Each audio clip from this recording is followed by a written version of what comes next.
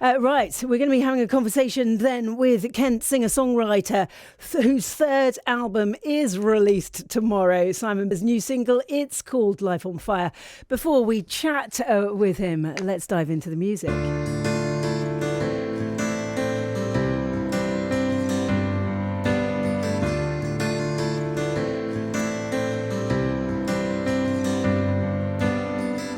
Johnny's on the last train home tonight as they turn it off the lights. Don't know what it is about this town. Nothing's wrong and nothing's right. Beside him are the faces of all the soulless empty strangers. Rosie's late at the bar again tonight, and she forces another smile. Breaking glasses, breaking fights, you can see it in her eyes. Inside she's slowly dying, outside she feels she's always lying. We could be flying, crossing lines and set our lives on fire. Walk the front line for the last time, leave it all behind. If we get out now and burn our bridges, maybe we can finally fix this. Light the match and set this life on fire. It's easy staying here. Maybe I stopped too long. Tired of living on the edge of fear. The fear I'm right or wrong. Beside me are the faces of all the soulless empty strangers. But Johnny, if we cut all of the ties, would anybody really care? Is it better on the other side? Is it really safe out there inside? I'm slowly dying, I feel like I am always lying. We could be flying, crossing lines and set our lives on fire. Walk the front line for the last time, leave it all behind. If we get out now and burn our bridges, maybe we can finally fix this. Light the match and set this life on fire. Light the match and set this life on fire. We could be flying, crossing lines and set our lives on fire. Walk the front line for the last time, leave it all behind. If we get out now and burn our bridges, maybe we can finally fix this. Light the match and set this life on fire. Light the match and set this life on fire. Light the match and set this life on fire. Oh man, that was good. Life on Fire there. Simon together with Isabella Coolstock. We've got Simon on the line now. Simon, lovely to have you with us. Life on Fire. What a title. What does it mean to you? I guess it's a title track of the album, but it's really a song just about some lines about burning bridges and just getting out of being stuck in a rut. So it's kind of about a couple that are maybe working the 9 to 5 and just decide, you know what, they just want to go and live their life and travel, see the world. So the video for the song is very much kind of set in that scene. It's kind of, they're both at work and then they just jump in the car and just hit the highway, drive off into the sunset. And the thing is that so many of us feel like that. And it's that leap, isn't it? It's that very difficult thing. There's a line in your track. It says, tired of living on the edge of fear. And many of us spend most of our life on that line, and it's very, very hard to jump over. Where are you on that? Do you sort of live on the edge of fear? Have you sort of dived over? Where are you? Yeah, good question. So actually, I did dive over some years ago now, but I used to work in central London for BT. Used to commute and do the 9 to 5 for BT every day.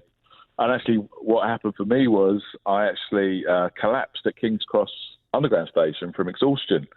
And I was travelling home from work one day and just blacked out and woke up with people stepping over me. And they got an ambulance and sort of ECG'd me to see if I had a heart attack or a stroke. And that was a big turning point for me. I just sort of thought, you know what, I need to start doing things a bit differently. So I actually gave up the sort of corporate day job to be a musician at that point. So since then I've been sort of living more on my own terms and living a life on fire, I guess. So, Simon, why do we push it that far? Why did you push it that far? Your body was obviously telling you before that point that you needed to get out, and we all do it. We just carry on until we collapse at King's Cross Station. That's just terrible, with people stepping over us. Yeah, I know, it's crazy, isn't it? I mean, I guess we're all sort of conditioned to, people aren't conditioned to start their own business and do their own thing and follow their dreams. It's, I remember when I was young, it was very much go and get a job, get a job for a big company, and then you'll have a job for life. So you're signing up to, 50 years of slaving away for someone else. It's almost like you don't know there's any alternative options. But I've got to the point where I was working 6-day weeks, 4 hours commuting each day, working 9 to 5, that invariably was kind of 8:30 to 6. And literally just had a couple of hours a week to myself, and the rest of the time was just on the hamster wheel, just existing to earn the money to pay the bills, really. It's unbelievable. And the thing is that there's such a big life out there, but most of us miss it. I know I do most of the time. It's unbelievable. Do you make enough money doing what you do at the moment? I mean, because that is part of it, isn't it? That's part of the thing, before you sort of step over the other side, we all go, oh my goodness me, will I be able to survive? Yeah, absolutely. Well, what I was actually doing when I left the day job was I was actually playing music actually in a Coldplay tribute band. I was a part-time Chris Martin in a Coldplay tribute band. So luckily that kind of gave me enough to pay the bills. And then over the years that's given me, covered so I could then, work on my own music. And this sort of music doesn't really pay very well. I just got a Spotify earnings check, and I think it was about $170 for the last couple of months. So we all need to download. We all need to go and listen, don't we? I mean, come on. Stream it on repeat, yeah. Come on, darling. Absolutely. Like anybody that takes that leap of faith so deserves it. When you write, are you drawing from personal experience? Are you trying to send a message? Are you trying to perhaps help one other person change their life a little bit? Yeah, absolutely. I think particularly with this song, but all of the songs on the album come from sort of different personal experiences. There's quite a few co-writers there. So this one I wrote with Isabella, but there's other co-writers that I've worked with as well. And often, the starting point for a song will be someone's personal experience. So it could be mine, it could be someone else that I'm writing with, but the best songs generally are from the heart and a truth and stuff that you've experienced. So you generally end up writing a better song if it's about something real rather than hypothetical. I mean, I love the track. As soon as it starts, it felt very, very rich, very big. And I mean, look, I'm not very great at sort of identifying various sort of musical instruments, but to me, I was sort of picking up a lot of piano in there, and it sounded great to me, right? Yes, yeah. All my stuff's very sort of piano-led. That's the sort of my instrument, and obviously doing Coldplay tribute for 20 years. I spent 20 years singing Coldplay songs behind a piano. So, very much piano-led. And the producer on this was a guy called Paddy Byrne, who's produced people like Ollie Murs and Paloma Faith and Will Young. So it's got a big sort of production sound, which you get with a great producer like Paddy. And so you've got Isabella Coolstock, who's recently supported Jules Holland on tour. Does that help push the sort of album a little bit? Like, how is that useful when you do collabs? Yeah, it's great. When you collaborate with people, basically, you both get some of each other's followers, really. So it kind of cross-pollinates. So I'm sure some of her followers will have heard me on this track and thought, oh, actually, I'll listen to a bit more of his stuff, and vice versa. Some of my fans will listen to this and think, oh, she's got a nice voice, let's go and listen to what else she's done. So, yeah, I think it works really well to collaborate with people. And what about sort of touring? Because, of course, you've got all the Coldplay stuff going on. So that's with the Coldplay tribute stuff. Are you touring as you, though, as well? Yes, we just lined up some gigs, actually, for the summer. So, obviously, the Coldplay gigs are much easier to get because the great public will come and see Coldplay tribute, but they've never heard of me.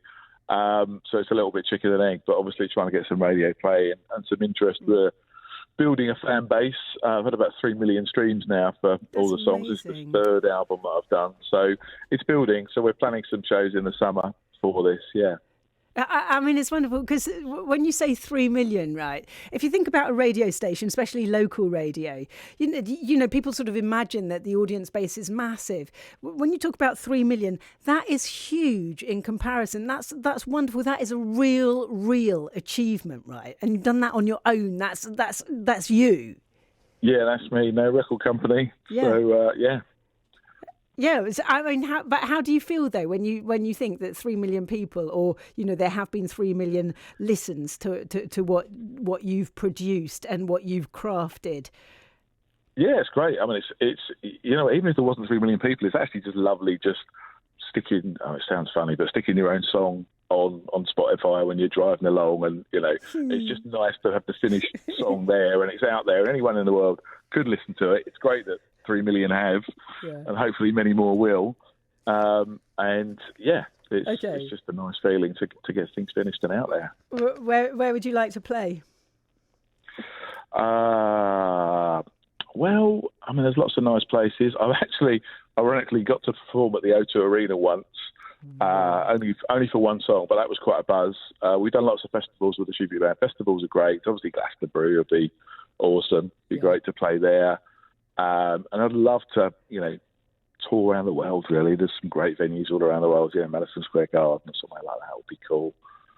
Well, darling, look, absolutely wishing that for you because, as I said, anyone that takes the leap of faith is truly magical. You can listen to SIIMON's music, find him online, do download Life on Fire. Absolutely brilliant there at SIIMON. Find more of his work online. And, of course, his other job is the tribute band, the Coldplay tribute band, so you can find him on Coldplay as well.